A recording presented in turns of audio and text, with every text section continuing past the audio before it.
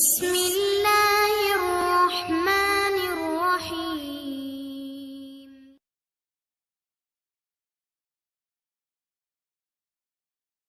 اور اگنور کرتی باقی سب کی جانب مڑی۔ Selfie time.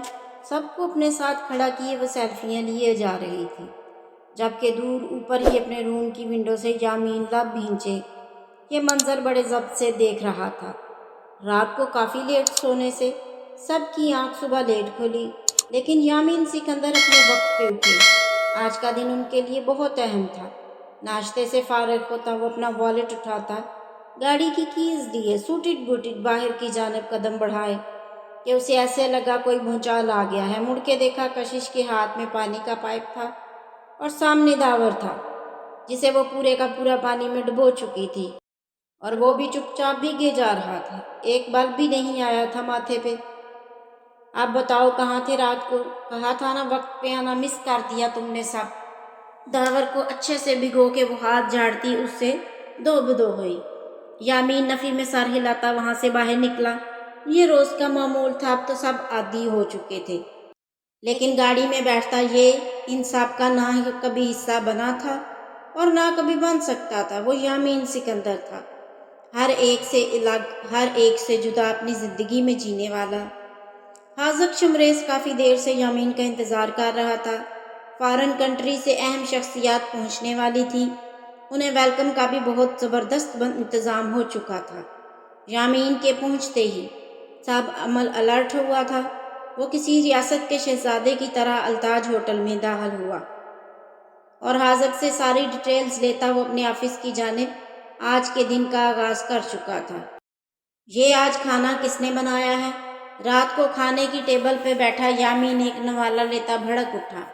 حلق تک کڑوا ہو گیا تھا۔ جی بڑی بی بی صاحبہ نے، ببر نے پاس کھڑے ہوتے مؤدب لیکن ڈرے ہوئے انداز میں کہا، ماما نے؟ اور اس میں یہ ڈھیر سارا نمک بھی ماما نے ہی الٹا ہوگا۔ غصہ ضبط کرتے وہ اپنی پلیٹ کو کھسکا چکا تھا۔ جی نہیں، ببر کو سمجھ نہیں آئی کیا جواب دے۔ آج وہ سارا دن بزی رہا تھا اور کافی لیٹ گھر آیا تھا۔ سبھی کھانا کھا چکے تھے۔ ببر کی ذمہ داری تھی کہ وہ یامین کے کھانے پینے کا اچھے سے خیال رکھے۔ ایک طرح سے گھر کے اندر وہ اس کا سیکریٹری تھا۔ کوئی بھی ملازمہ اس کے نزدیک نہیں پھڑکتی تھی۔ وہ سخت مزاج، ہر چیز کو پرفیکٹ کرنے والا لڑکی ذات سے خار کھاتا تھا۔ بھائی کچھ اور بنا دیتے ہیں آپ کو؟ ببر نے اسے کھانا کھائے ہوئے اٹھتے دیکھا تو منمناتے ہوئے بولا، نہیں رہنے دو، بھوک مار گئی ہے۔ دانت پیستا وہ کہتا وہاں سے اپنے روم کی جانب بڑھا۔ وہ جانتا تھا یہ کس کی شرارت ہے۔ یہ کچھ زیادہ نہیں ہو گیا؟ سمیر نے کشش سے کہا جو چپ سی دیکھ رہی تھی۔ سمیر، کرن اور کشش کی ملی بھگت سے وہ یامین کو تنگ کرنے میں کامیاب تو ہو گئے تھے، لیکن اس کا بنا کھانا کھائے اٹھ کے جانا ان تینوں کو ہی گہری سوچ میں ڈالتے شرمندہ کر گیا تھا۔ منہ بناتے ببر کھانا سمیٹنے لگا کہ وہ جو چھپ کے بیٹھے تھے سامنے وارد ہوئے۔ ببر تم جاؤ، ہم سمیٹ لیں گے یہ کھانا۔ کشش کی زبان چلی تو ببر نے خاموش رہنا زیادہ مناسب سمجھا۔ اس کی حرکتوں اور شرارتوں کی زد میں تو پورا میر والا ہی آیا ہوا تھا۔ وہ کیا چیز تھی؟ تم نے سنا نہیں؟ کیا کہا میں نے؟ ببر کو خاموشی سے اپنا کام جاری رکھتے دیکھ کشش دانت پیستی گھوری ڈال کے بولی، بی بی ہم سمیٹ لیں گے۔ دھیرے سے کہتا وہ نظریں جھکائے سے بولا تھا، ہم تو ایسے کہہ رہے ہو جیسے کوئی پوری فوج کھڑی کی ہوئی ہے۔ کشش نے فوراً بات اچکی، دیکھو اگر اپنی شامت نہیں بلانا چاہتے تو چپ چاپ یہاں سے نکلو۔ سمیر نے ببر کے کان کے پاس جاتے اسے سمجھایا۔ وہ تو منہ بناتا وہاں سے نکل گیا۔ وہ ان سے پنگا کیسے لے سکتا تھا جو میر والا کے گنڈے بنے ہوئے تھے؟ یس باس، آگے کی کیا پلاننگ ہے؟ کرن نے آگے ہوتے ہوئے کشش سے پوچھا۔ اس کے دماغ میں کس وقت کیا چلتا کوئی بھی نہیں جان سکتا تھا۔ ہم کھانا لے کے اس شیر کی کچھار میں جائیں گے، جو بھی ہے، کوئی بھی ہماری وجہ سے بھوکا سوئے قطعی نامنظور، اللہ ناراض ہو جائے گا، اور میں تو اپنے اللہ کو کبھی نہ ناراض کروں۔ کشش کا اگلا پلان سن کے سمیر اور کرن نے ایک دوسرے کو دیکھتے بائیکاٹ کرنے کا ارادہ کیا۔ کیوں؟ خود بھی مرنا چاہتی ہے اور ہمیں بھی مارنے کا ارادہ ہے؟ جانتی ہو نا ان کے غصے کو؟ سمیر نے ڈرایا۔ گنڈا پارٹی سے آج تک کوئی بچ سک پایا ہے جو یہ بچیں گے؟ ڈرنے کی ضرورت نہیں، میں ہوں نا، کم اینڈ فالو می۔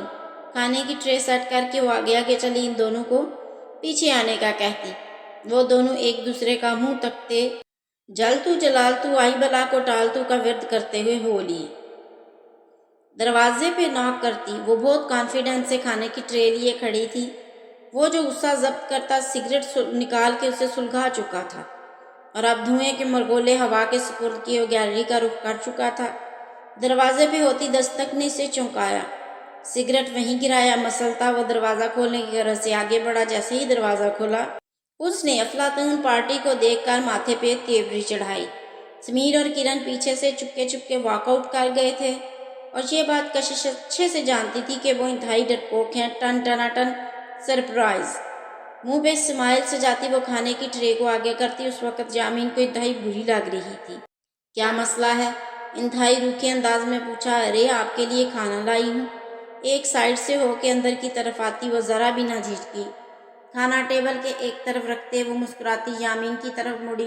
ایک چھوٹی سی شرارت ہی کی تھی آپ کے ساتھ، اس میں اتنا غصہ کرنے والی کیا بات تھی؟ بہت بزرگانہ انداز میں سمجھایا۔ تم اپنی بکواس۔ ارے یقین مانے صرف ایک پلیٹ میں نمک تھا، باقی کا سارا کھانا مزیدار تھا۔ آپ نے چیک نہیں کیا ورنہ آپ یوں نہ اٹھ کے آتے۔ اٹھاؤ کھانا اور نکلو یہاں سے۔ اپنے آپ کو کنٹرول کرتا وہ جارحانہ انداز میں آگے بڑھتا بولا، ارے یہ پینٹنگ کتنی خوبصورت ہے۔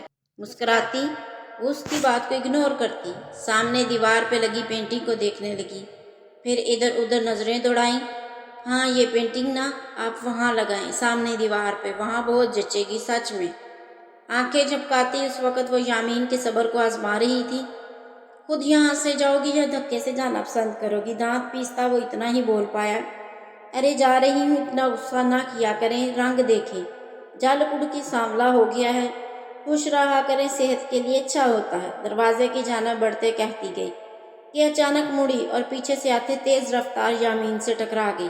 ہائے اللہ میرا سر! اس کا سر چکرا کے رہ گیا اور وہ جو دروازہ بند کرنے آ رہا تھا اس کو دیکھنے لگا۔ ہو گیا ڈرامہ، اب نکلو۔